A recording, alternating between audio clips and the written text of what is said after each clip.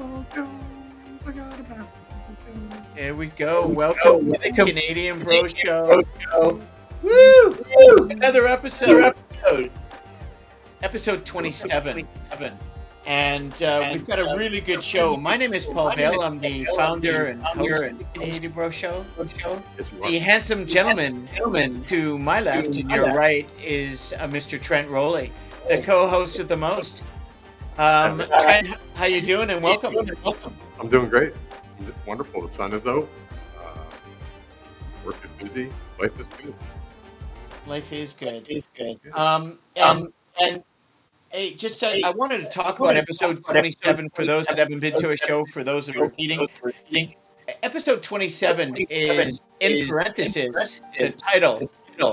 He has arrived. MVP SGA, the first Canadian to lead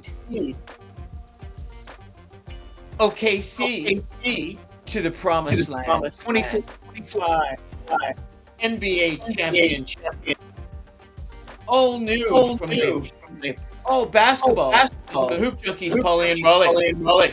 We're going to talk about the draft that's coming up with Cooper Flagg and all the other boys. And Caitlin Clark is injured currently right now. The start of the WNBA is they got about 6 games in, so we're going to do a breakdown of the teams. But Trent, let's start talking about the NBA Finals. Hey man, how about my Pacers? Incredible.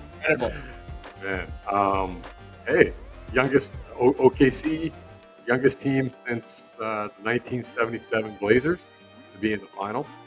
That's really cool. These two teams, I think it's the youngest matchup between the two teams.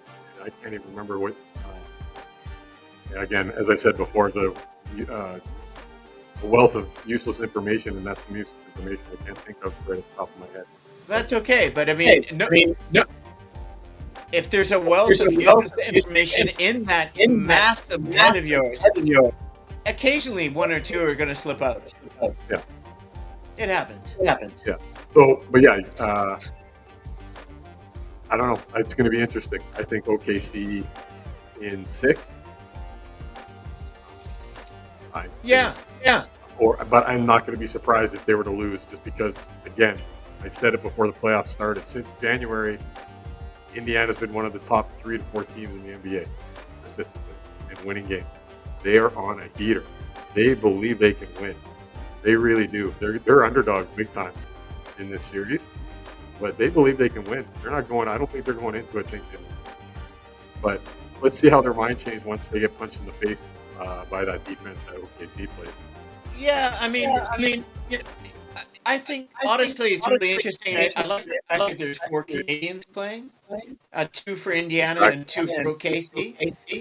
And with the title of our show being all around SGA because he won the MVP of the Western Conference Finals, and basically if you look at his record playing Eastern and Western teams, he is easily the best player in the league right now.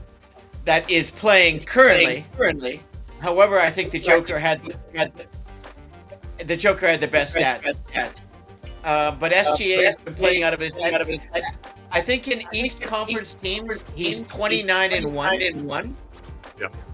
He's undefeated, virtually undefeated. So that he's remarkable, and he's also joined some ranks with scoring the most 30 points, joining Michael Jordan, joining like 4 other major players, and only these players that have ever done it. So at 6'6", he's more of a 2 guard, but he is the best point guard in the world right now. But Halliburton has something to say about that, doesn't he? Well, this is a real nice little FU by Tyrese Halliburton for the players who decided he was the most overrated player in the league, votes. So that most overrated player arguably could have been the Eastern Conference MVP. I mean, it's a split vote between him and Pascal. Pascal played great as well. Yeah. But that overrated player, he's in the final. And you guys who voted him the most overrated players are on a boat ride somewhere, probably. Yeah. in watching games. Or I disagree with that comment, by the way, in that statement. The way he played in the second half of the year, the way he played in the opening part of the year was disastrous. But the way he picked it up in the second half of the year, and the way they play, Trent. If you look at their stats, you know, Indiana Pacers are the second leading scorer in the NBA. Yep. 117.4 points a game, and guess who's right behind them? OKC is at 117-1. So this should be a run and gun series, but the way Indiana plays defense with the full court, I haven't seen that in the NBA Finals for a long time. And the reason why they're able to do that, Trent, and we've talked about it many times over the 26 episodes that we've done previously, is their defensive tenacity and their depth. In the second half of the year, they added a couple of 7-footers. They added the big 7-footer out of North Carolina late. And then they picked up the 7-footer from the Miami Heat, and he played unbelievable off the bench. So all of a sudden, they've got tremendous depth at big man inside, backing up. Turner has been playing great. And then they've got great depth in the backcourt, and they're all healthy. And Halliburton, if you look at his numbers, Trent, I mean, he put up some nice numbers, bro. And that triple-double he got was historic. Yes, it was. He's one of I mean, no turnovers and doing that. So I honestly, these naysayers and all these whiners and moaners out there, I don't have time for it. I'm excited for this series. I think the MVP is going to lead them to the promised land. I think, honestly, both teams are really well matched up in depth. They both have big men and height inside. They both have great backcourts. They're both well coached. Both of their systems work. The numbers, I mean, the assists per game, Indiana leads at 28 assists per game. The Pacers also have almost 50% from field goal percentage. And then you look at the steals per game, and Oklahoma's got that at 11 a game. And then Indiana Pacers with Miles O'Turner and the depth that they've provided, and in their back, Halliburton's a great blocker. They're one of the best blocking teams as well. So they're really exceptionally matched up. And Indiana Pacers lead the NBA in three-pointers made. The Pacers also lead at three-point percentage, 40%. Yep. So I mean, I could go on, but at the end of the day, it's just going to be. I think it's just going to be an incredible series. I hope it goes 7 games. Of course you do. You want every series 7 games. I do. Selfish. I am. I actually think with Indiana, with the depth part, is where both these teams. You look at these two teams, and it's something you and I talked about all season. Yeah. Is these last two teams standing both can play 9, 10 deep. Yeah. And still be successful. That is the key to, again, as we've talked about, this is the best league in the world. All the best players are in it. Every team has really, really good players. But not teams, lots of teams only have 7, aka the New York Knicks. Yeah. Right? And you see that stat on the Knicks this year, their starters, their amount of minutes they played equaled 15 more games than every other player in the NBA. They played 15 more games than every other starter in the league this year. Minutes. I didn't know that. That's a great stat. That is insane. Yeah. Right? So you're not depth. Then you look at these two teams, like we said, they're playing 8, 9 deep. They're playing 9 deep every game, basically. It doesn't matter what the score is. That 9th guy gets in and he'll play 5 minutes. He still gets in. They don't, and I do really love the signing of, he's always been a very good backup, I think, a good pro anyways, is Thomas Bryant at center. Yes. He's a good pro. He's not been a star, but he's a really good pro. Yeah. And he hustles, Trent. He really is active. He's passionate. He's into it. And, he's bounced around, but he's really found a good place with the Pacers, man. Yeah. No, I thought that was a great pickup for them. Yeah. He's a really good backup to Turner. And I mean, the big thing I think for the Pacers, and even Halliburton being overrated, I think the thing there is as you and I've talked about, is the hamstrings, the injuries, like never playing enough games, like all this hype. Well, I can tell you, as you just said, in the second half, the way he played, he definitely justified being a first-round pick for me at 9th overall in our fantasy draft. Because he did start it off just terrible. And you were just like, holy, Halliburton's playing. I'm like, yeah. And then second half of the season, that's the all-star guy that I picked, 9th overall. He's a good player. Obviously, he's a good player. So he's a great player. That's but they have a great team.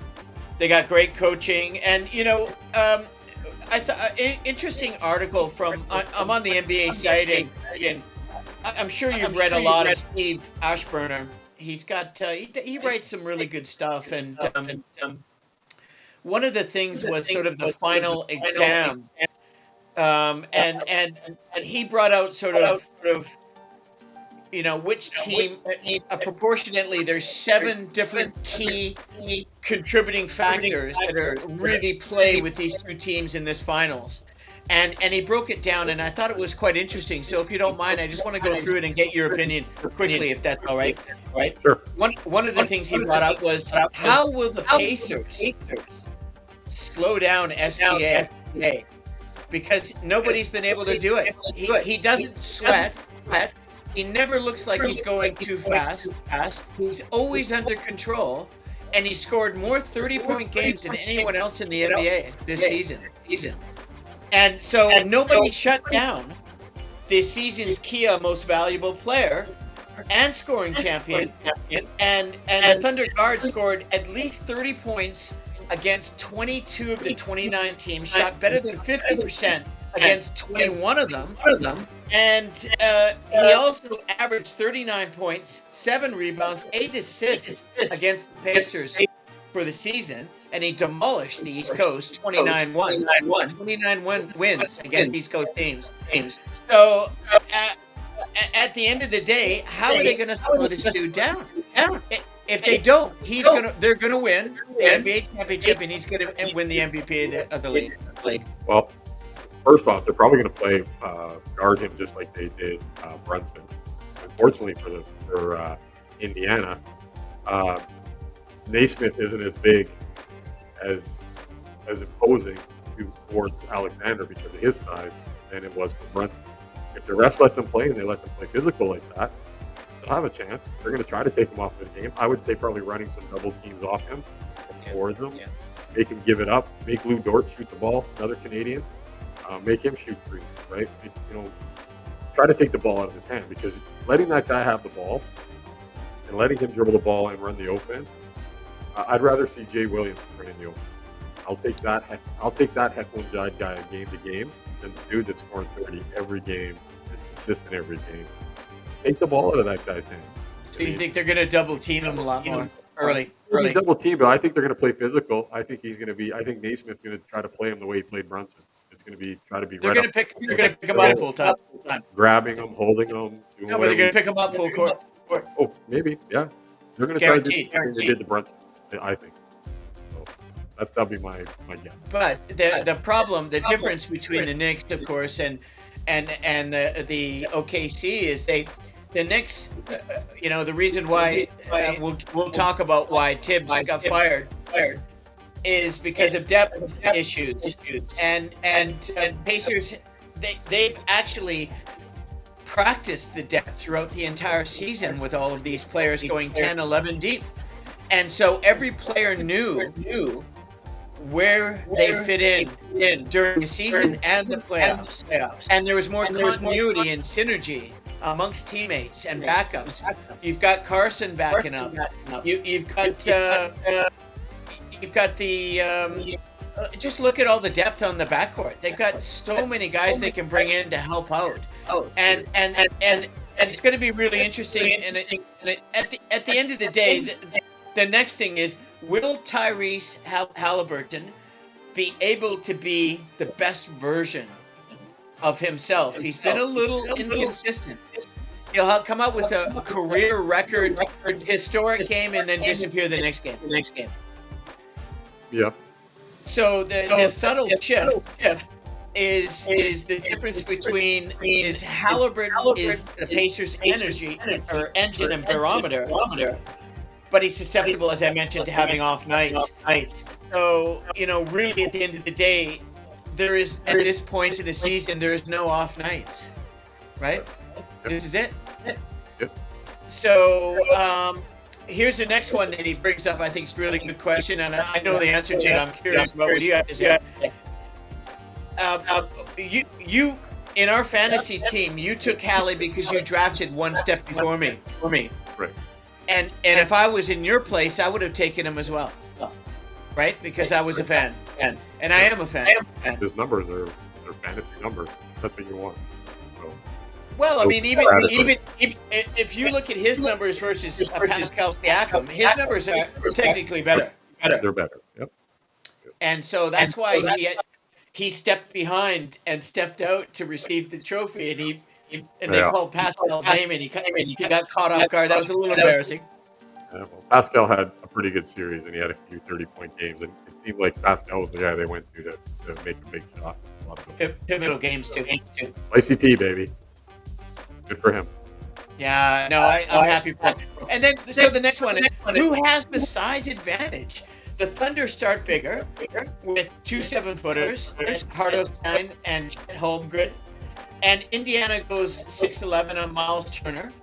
And Miles has never been a great rebounder, but he blocks, a couple of shots again. Siakam is thin, 6'8". But my comment about bringing the Trudy Wear Bigs in, salute, Chad, is they brought in Tony Bradley and Thomas Bryan, who we were just complimenting on Thomas Bryan playing really well.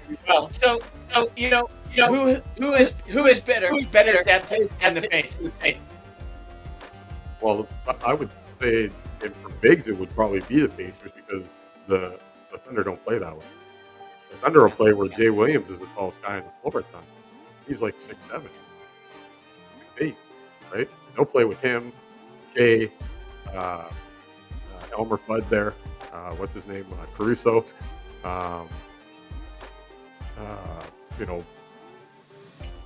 Isaiah Joe. They'll play small all the time. But against the Pacers, they're going to have to go deep, but they're going to have to play their bigs more because I think OKC has the advantage. But with the addition of Bryant and Bradley, it gives more of an equal balance because I think this series is going to go deep. It's going to go 7 games, and both teams are going to have to go 8, 9, 10. Yep. And so the next question is, who are the X factors for each side? So for Indiana, who do you think is the X factor? Who do you think?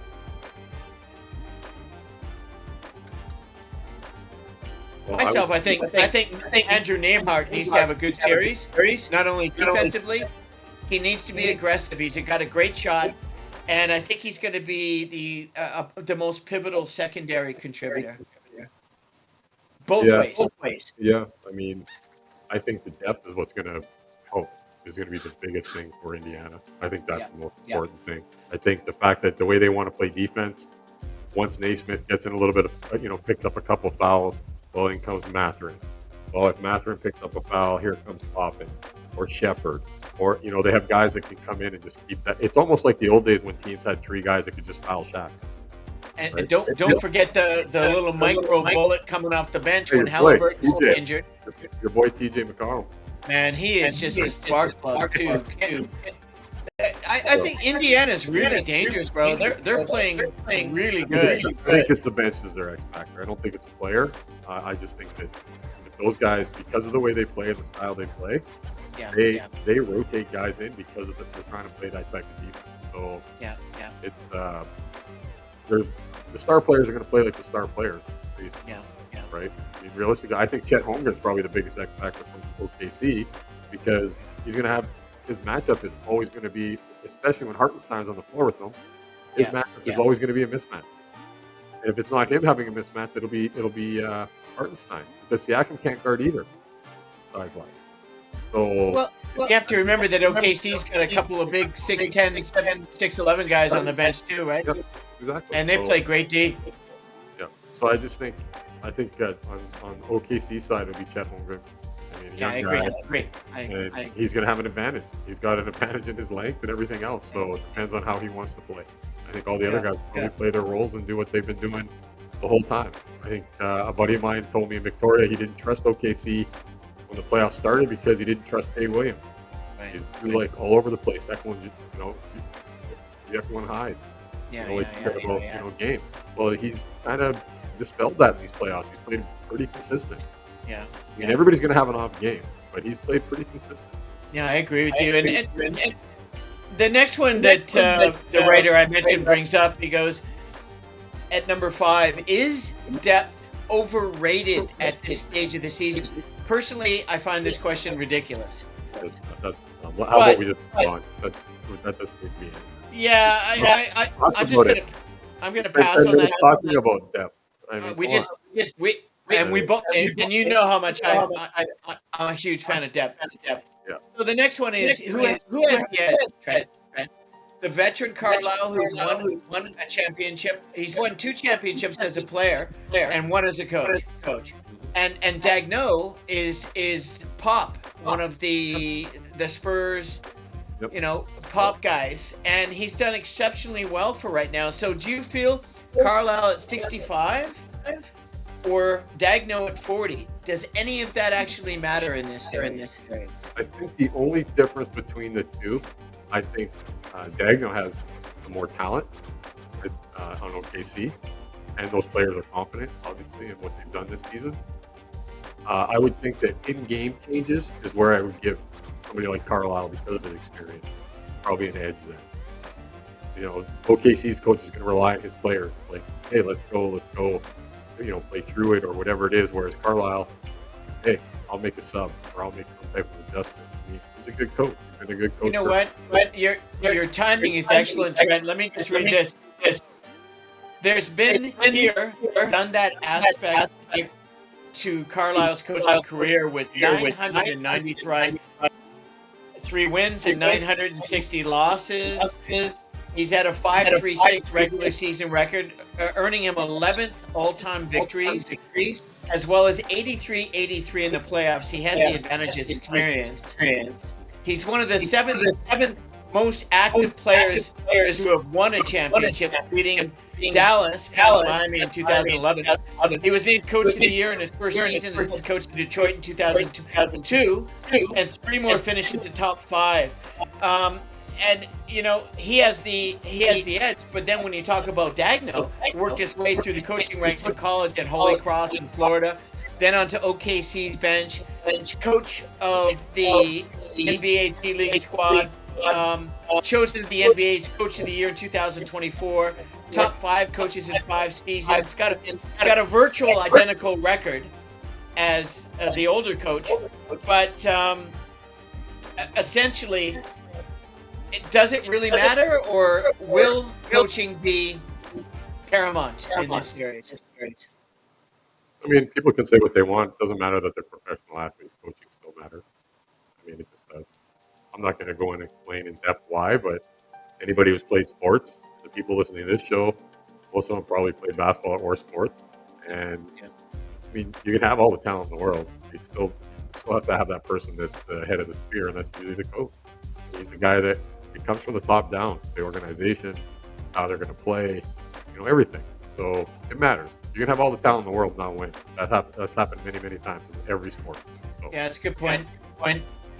And the other thing I'd like to mention that no one talks about, Trent, is not only do we have 2 of the youngest teams, but the way both of these teams have been put together have been quite remarkable. The general manager, the ownership, the coaching, the scouts, both teams, the only 2 teams in the NBA that aren't even in the first or second apron. And they have 2 squads. In fact, the Pacers haven't been in an apron since 2011. It's quite remarkable how both of these teams have been put together, and they haven't needed to spend the money, and yet they've got 2 of the best teams defensively and offensively in the league. I think kudos to both franchises. and it's remarkable that is it's something I thought that was something I just wanted to bring up, because when I saw that, I was like, that's got to be mentioned. You got to discuss that. You gotta. It's great. I mean, it's remarkable in today's NBA. Yep. It's like I said, it's two young teams, so let's hope for a good series. So I got you got OKC in 7. It's just because you're selfish. I don't think you think it's going to go 7, and you just want as many games as possible. I think it could go 7 with these teams. I think it goes 6. I think. Yeah. And again, I would not be shocked if Indiana won, just because of how they've been playing. I'm rooting About for who? I wouldn't be shocked if Indiana won. I mean, the way they're playing, but I'm picking OKC in 6. Be the North, man. Go Canada. Four Canadian players. Either way, we got two Canadians on both teams. It's kind of cool. And they all play a lot of minutes. It's not like they're, Mike Schmreck with his headband on the end of the Lakers bench playing in garbage time. We're talking guys who are starters, defensive, stuff like that. So really good.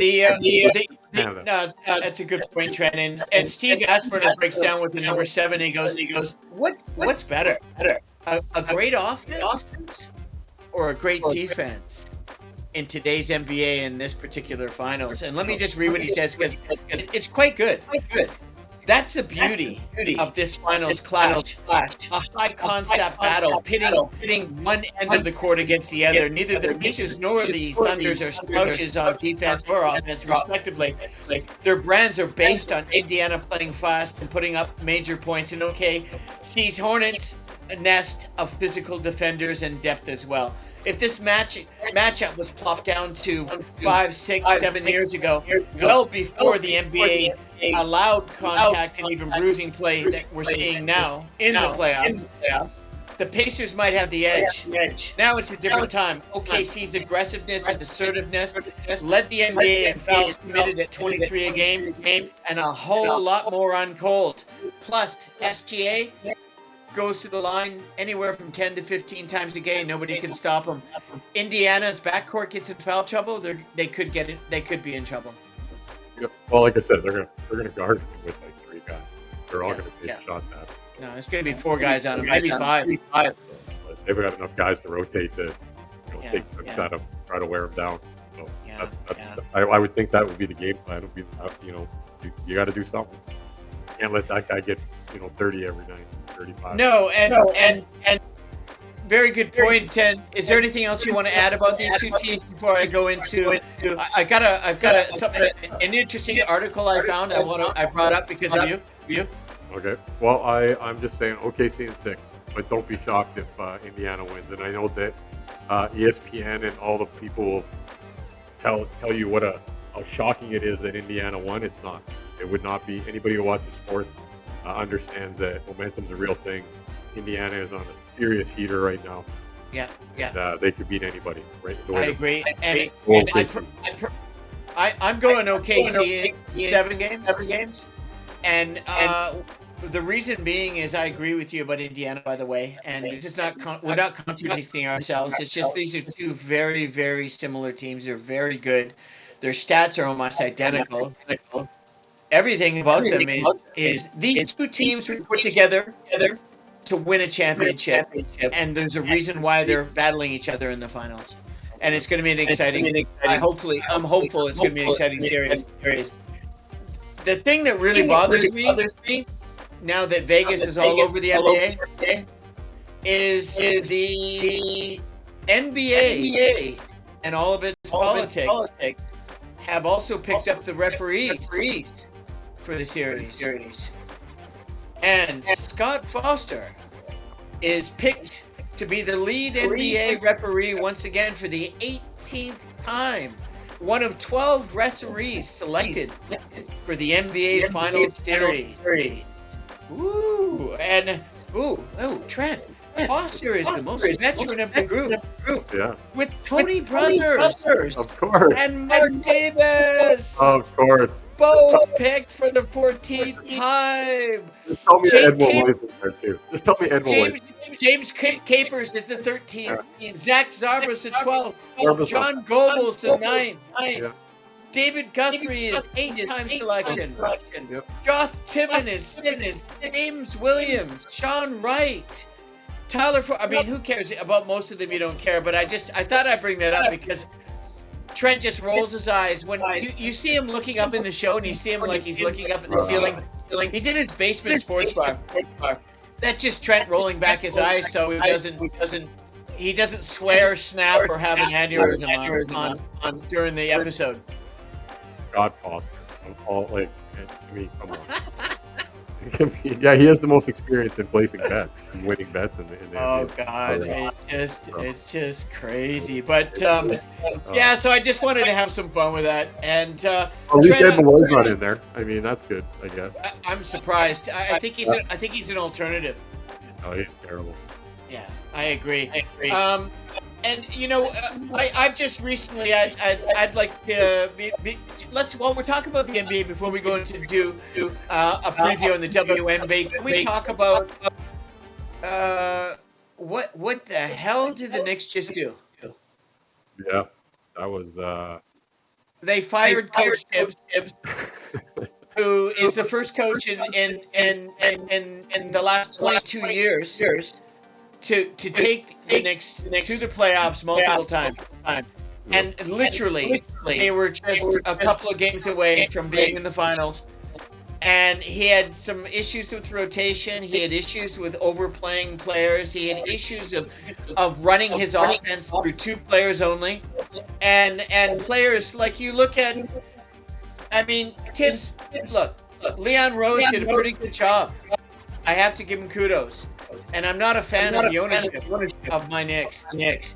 But they really put it together, and they're a player or two short. And like the 2 teams that were in the NBA playoffs right now, Tibbs did not give his players an opportunity to contribute throughout the entire long season, and then suddenly thrust them into the limelight late without having any continuity and players sitting out. So it rubbed ownership the wrong way, and it rubbed the fans the wrong way. And be interesting to see what happens. What your thoughts? Well, I mean, before they hired Thibodeau, they were winning at about a 30% clip. One of the worst in the NBA. They weren't winning. Let's put it no that way. playoffs for 7 years, and then under Tibbs, they're almost at a 60% win percentage, which was 8th total in the NBA, and 4 to 5 playoffs and an Eastern Conference final, and they defeated the defending champs.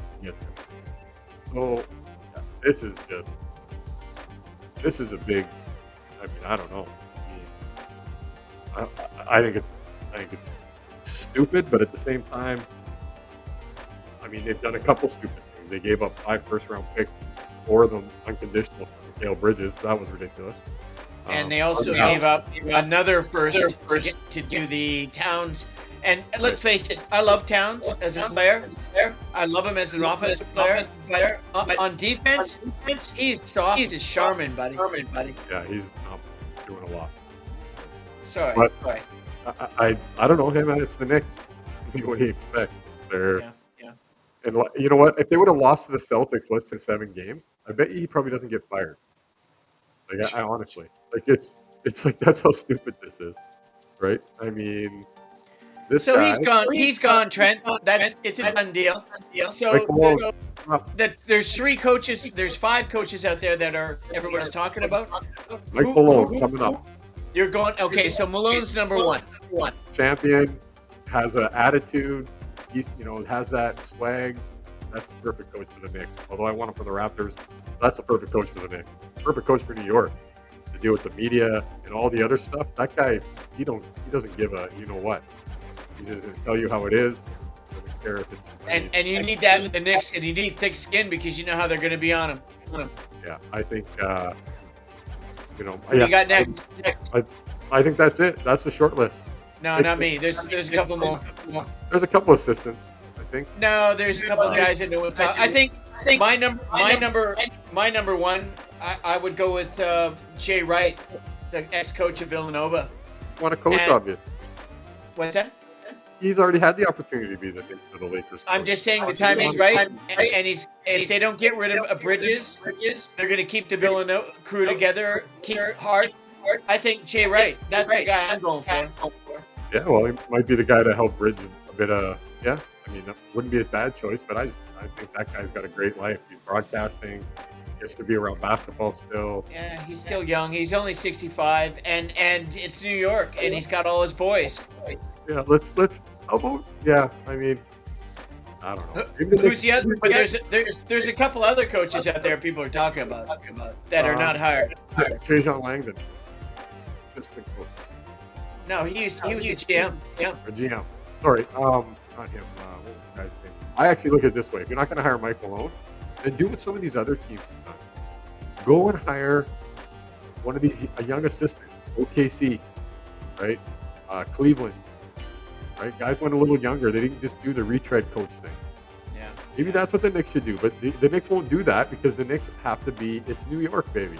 The Big Apple. It has to be a splash. That's why I'm saying it's Mike Malone. It's the big splash. You're bringing in a guy who's won a championship. It's like, look at this guy. We're gonna win. I don't know. That's just how I look at it, man. It's New York. It's the media. The other one is the ex-coach of Phoenix that just got fired. Yeah, Budenholzer? No, I don't think that's a great fit there. No, that's a third pick. My first two picks are yours, Joyce, and Jay Wright. That's what I'm going with. I think just because it's New York, I just say it's gonna. A young coach. I don't see that a good fit in New York right now with this team. I don't see it. Yeah, probably not. No, I don't. I agree. So I think Mike Malone's a perfect fit there. I agree, but I like Jay Wright better based on the personnel of the players they have, obviously. James Dolan has no problem overpaying people, so he'll get Mike Malone a bag of cash. Yeah, it will be interesting to see what happens. And before we go in, let's go into the WNBA and talk about it because there's already 8 games into the season. And I've been, because of Trent, this is the first time in my life being a Hoop Junkie. Our show is all basketball from the Hoop Junkies, Pauly and Rowley, and we are Hoop Junkies, trust me. And this is episode 27, so if you've joined us, and I really, Trent and I just want to say thank you for watching the show and commenting and liking and sharing and being consistent. Putting up technical difficulties. You freezing a little bit today. And that was the internet, and then it was my web-based EVMX software. I mean, there's all kinds of excuses. It's not my fault. No, somebody else. It's somebody out in the There's galactic. No, it's largely my fault, but also bad luck. I mean, what happened? It is what it is. So, hey, Trent, we've got in the WNBA, we got 13 teams in the WNBA. Currently, we'll start off with the best team right now. Minnesota Lynx, as you were talking about in one of our previous episodes, is 8-0. Absolutely destroying the league right now. It's not even close. And why do you think that is? What is it about the Lynx? Do you think they're going to win the whole thing?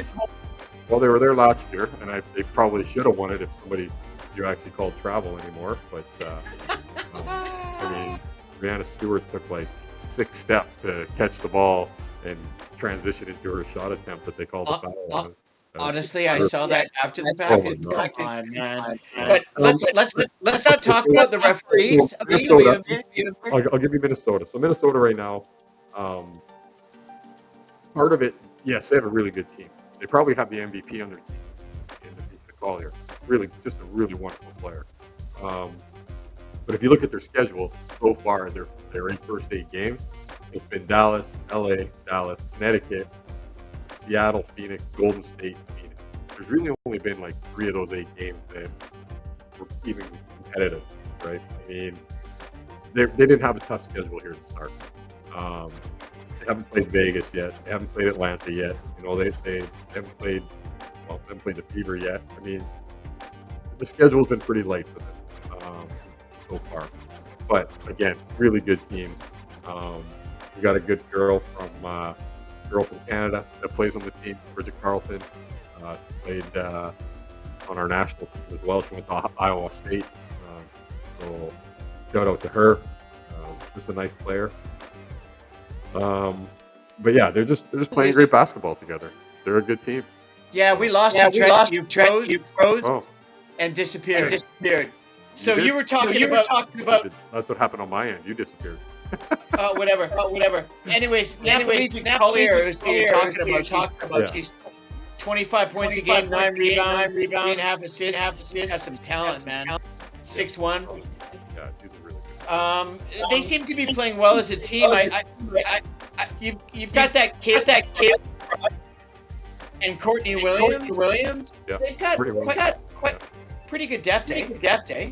Courtney Williams is playing well. She's averaging like 14 and 6 right now. Yeah, She's nice, shooting in nice. the 30%, but Right. plays the.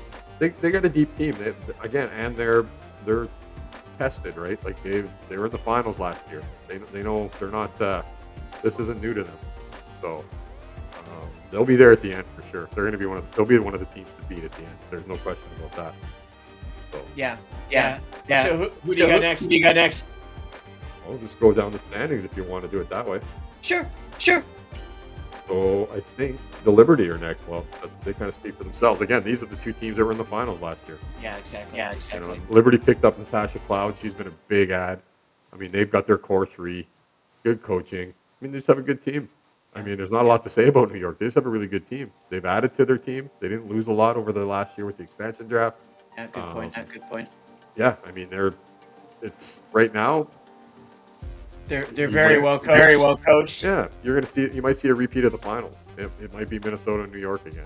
Yeah. I mean, there's a couple teams. I mean, the playoffs are always a different story, so that'll always be good. But they're both playing very well. And watch a New York Liberty game if you want to see the WNBA version of Scott Foster, because holy moly, they get reffed a lot different games. You know, I was hoping, if you don't mind, let's not talk about the refereeing. It's some of the worst refereeing I've ever seen in my life. In the WNBA. Oh, it is. It's terrible. Holy crap! You know what? We'll just talk about it briefly. The officiating, for me personally, what's happened in the WNBA with officiating is this: the game in the last, I will say, 3 years. Yeah. The players have gotten better, more skilled, more athletic. The game's faster. It's more physical. Yeah. The refs have not adjusted to that. The refs are still reffing this game like it's 8 years ago. And they're not prepared. The pace of the game is too fast. It has changed. The WNBA pace they want to get up and down. The teams play that way. They're not walking the ball up and down the floor. Yeah. And that's not what it used to be like.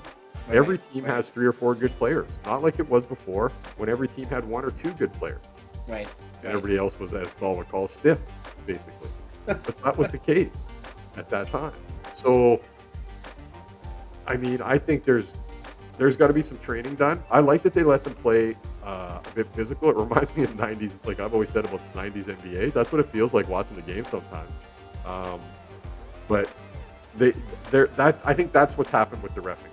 I think that they just haven't caught up to the talent that has come into this league the last 5 years, 3 years, and the game is changing.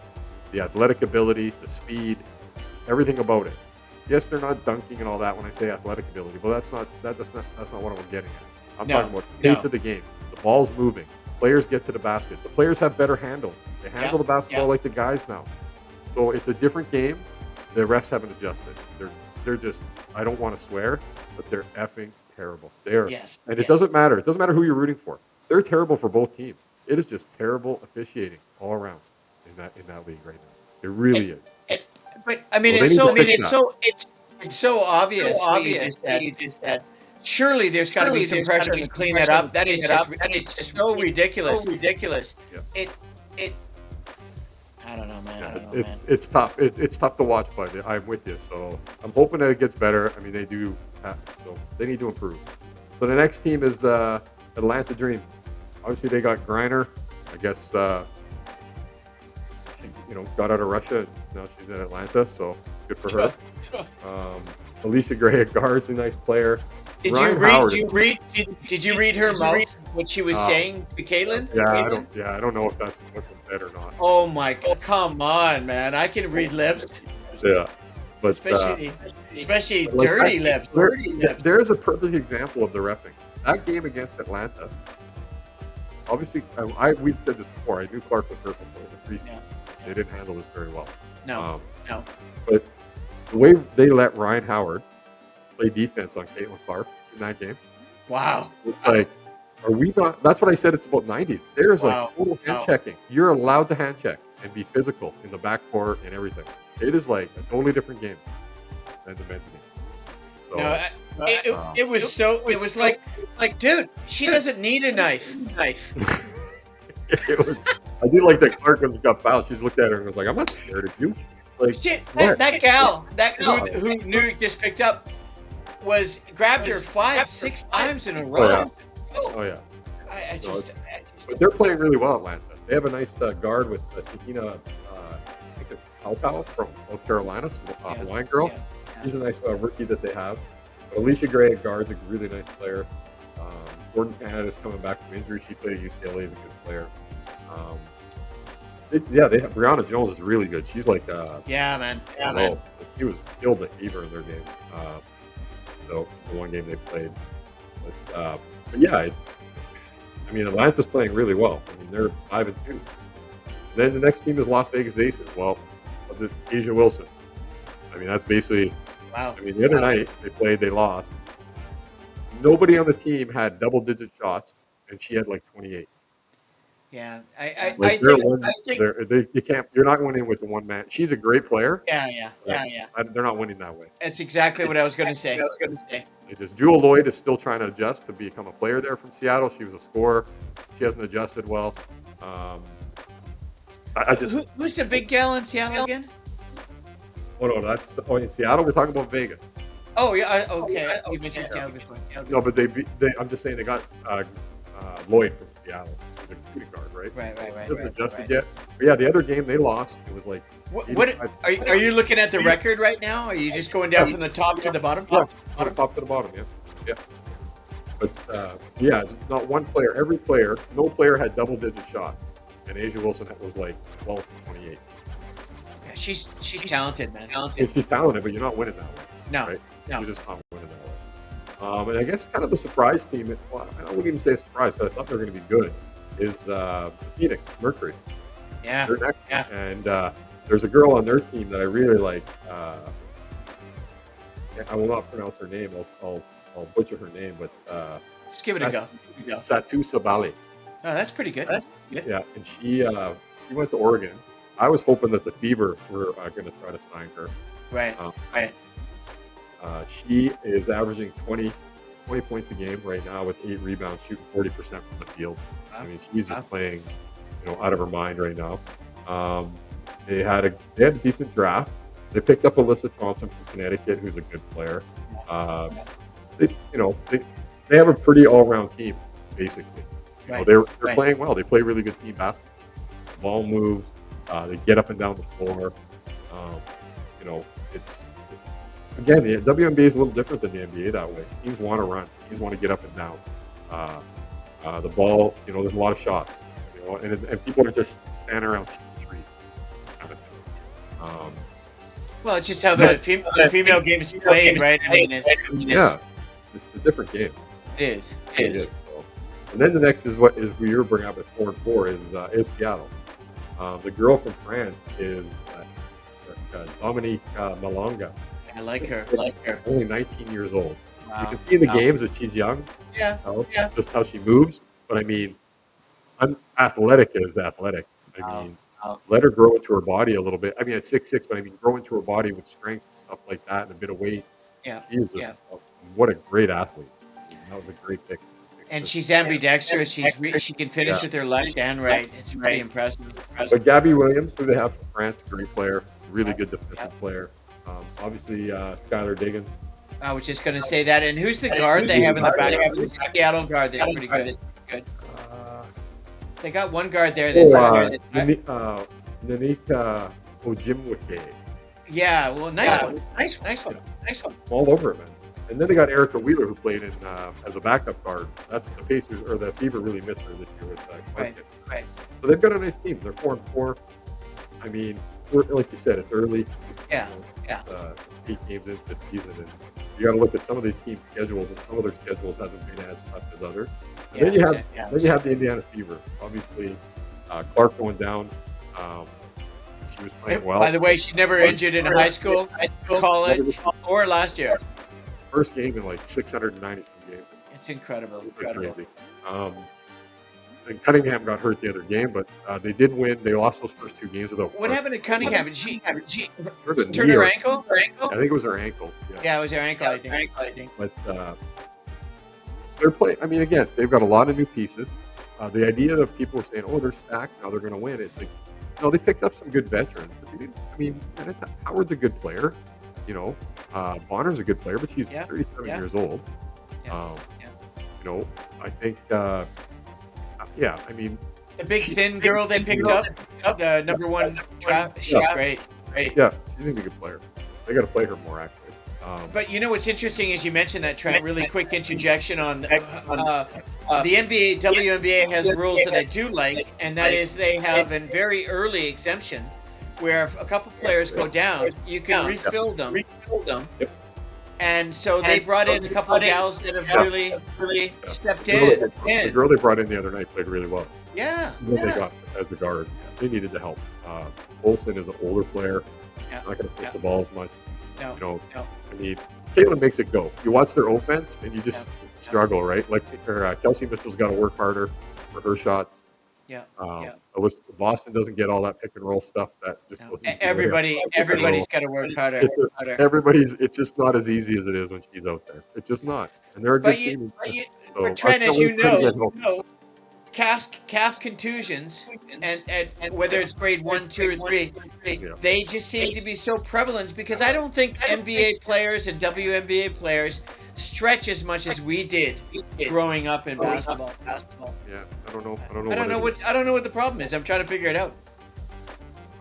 But so Indiana will be fine. I think they're 3-4, but they lost 2. They've won 1 of 3 games since Clark got hurt. So and Mitchell had a great game. The game they won. Yeah, and then I love that gal. I'd like to give their coach some credit too. So we talked about the officiating. She did in the news conference or press conference after the 1 game. She goes shredded them. She goes, we've had 2 games. We are minus 31 at the foul line. She goes, it's not like we're standing around shooting threes. We're attacking the basket. So we're minus 31. She goes, yeah. So I do think it's not very like.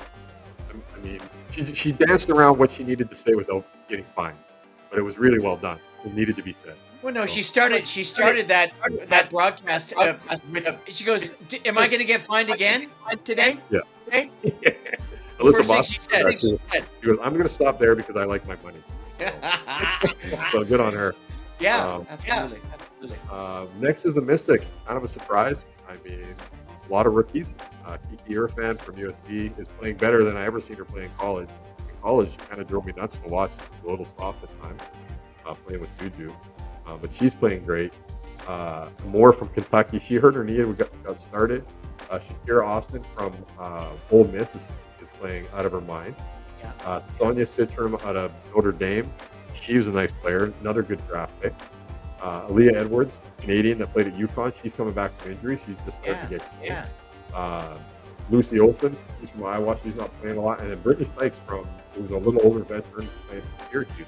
They've kind of got a little mixture. They got a lot of young players, and they play hard. They're a tough out. They're going to shoot the ball. They're going to play hard. And nice one, Chad. I don't know any of those gals you just mentioned. So, and the next 4 teams. I mean, it's kind of like the NBA. When we talk about the NBA, sometimes we get to the bottom 3 or 4, and it's like, okay, we'll just mention their team name and a couple of things because win some games, and then this wonderful show that has 54 subscribers will talk about you. Okay. Yeah. So, right. Golden State expansion team. Hey, they're doing okay. Kate Martin had a really good game the other night. So good for her. But they're young. But they're selling out every game in Golden State. So good for them.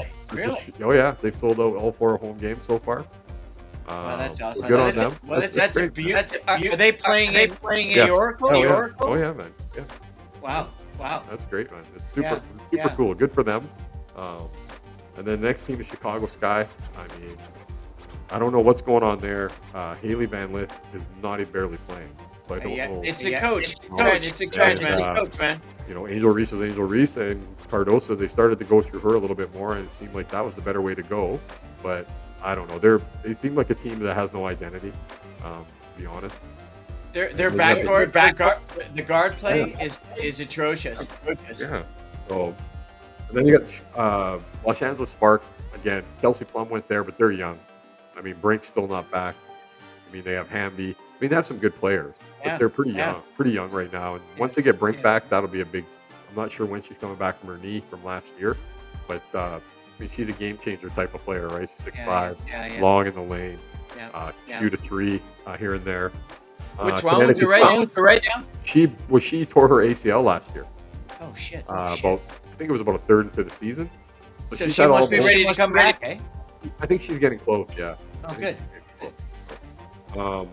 Then you have Connecticut Sun, outside of Marybury, the Australian girl. They're Yeah, all rookies. yeah. They're young. I Yeah. mean, they did beat the Fever the other night, but Yeah, at the same yeah. time, they were up by 20, and Fever almost got back, and just without Clark. Yeah. But they're going to struggle. They're. I mean, we're talking about a team that traded everybody last year, basically. Yeah. Harrington, Bonner, Thomas, all their lead players are gone except for Mabry, who they got from Chicago. And she wanted to trade because she was going, we're obviously tanking for another couple of years so we can get Juju kind of thing almost, right? So Right. they're not going to be good this year or next year probably, and they're going to get Juju or Hidalgo. They're going to get a good player, and they've got some nice rookies. Like I said, they did do a decent job in the draft. It's just again, it's young players, right? And then you got Dallas, who is a big disappointment. Oh. I mean, Becker's is a rookie, but you got Carrington, Melissa Smith, Jikaway, whatever her name is, it's a scorer. Yeah. They have some really good players there, and they're like 1-7. Come on, gals.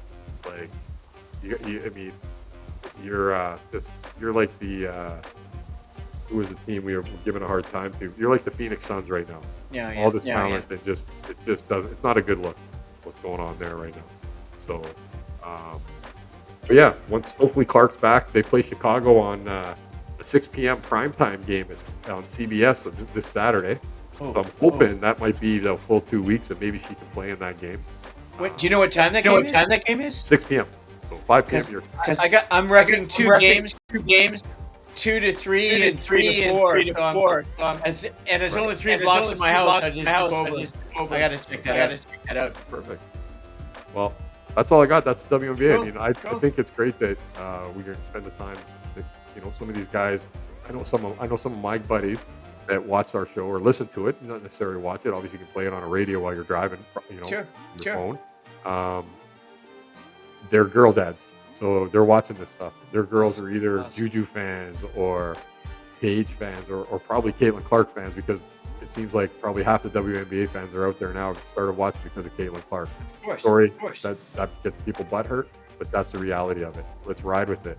Let's keep growing the game. The fact that some of these teams are selling out buildings, I mean, it's great, man. It's great for women's basketball. It's great for the game of basketball. Like I said, I'll finish on this. Got 4 Canadians in the finals. Girls basketball's on the rise. Life is good. Excellent. And the top first round pick for the WNBA next year, your opinion? Juju? No, she's got one more year, I think. I think she can stay one more. So I think does she have one more year? I don't believe so, but I think she might, like Becker's did. Who knows? But she's going to be number 1, right? I honestly think Becker stayed because, first of all, she wasn't going to be first pick. Caitlin Clark was going to be.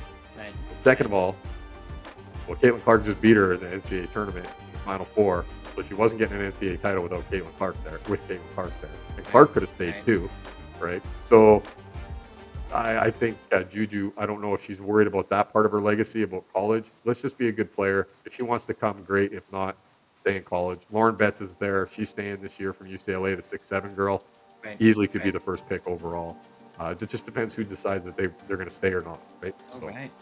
Flau'jae Johnson. There's lots of good players, but it's golden age of women's basketball for all my guys out there that are girl dads that listen and watch. So. Man, well done, Trent. Thank you for the content. We're going to wrap things up. For those that we're not filming live. We're filming live. I'm filming live in Kelowna. Trent's filming live in St. Paul, Alberta. Our show will be on the YouTube probably today. Nice. right after this. And I'm really happy that you're watching it. And for those that enjoy this sort of content and you like all things basketball with Pauly and Rowley, Canadian Bro Show. We're at episode 27. And the second iteration of the Canadian Bro Show is all things basketball with Pauly and Rowley. The first iteration with Pauly and Johnny is all things Canadian with Pauly and Johnny. And we're at 47 videos, 41. I've lost track. But we try to do one a week on each of them. And I've got real estate coming up as well. I've been working on that. The logo's coming along. But in the meantime, I just wanted to say thank you for joining us on episode 27 of All Basketball with the Hoopjunkies, Pauly and Rowley. My name is Paul Bale. I'm the founder and host of the Canadian Bro Show. That handsome chap with the deep voice. To my left and your right is Mr. Trent Rowley, the co-host of The Most. And Trent also is involved. They've done over 50 videos with on the Ben Poulin radio show on Spotify. Two guys in one rant, and Trent and Ben do a fantastic job. And the small town of St. Paul's, Alberta is about 6,500 student population, but there's tons of people all around there and a lot of things going on. And Trent and I we're going to be doing Finding Alberta Part 2, Red Rose Rebellion, coming up. In the meantime, he has arrived. MVP SGA, first Canadian to leave the OKC to the NBA Championships in 2025-26. All things from the Hoopjunkies, Pauly and Rowley. We're signing out. Thank you kindly for joining us. Peace, love, and happiness. And Trent, we always like to finish the show. Be kind out there, folks. It's free. It's free. In the meantime, we love basketball. We love our channel, and we hope you do. Please subscribe, like, and support. We'll see you in a week's time. The show should be out in the next couple of hours. Thanks again, Trent. Later. Peace, love, and happiness, all.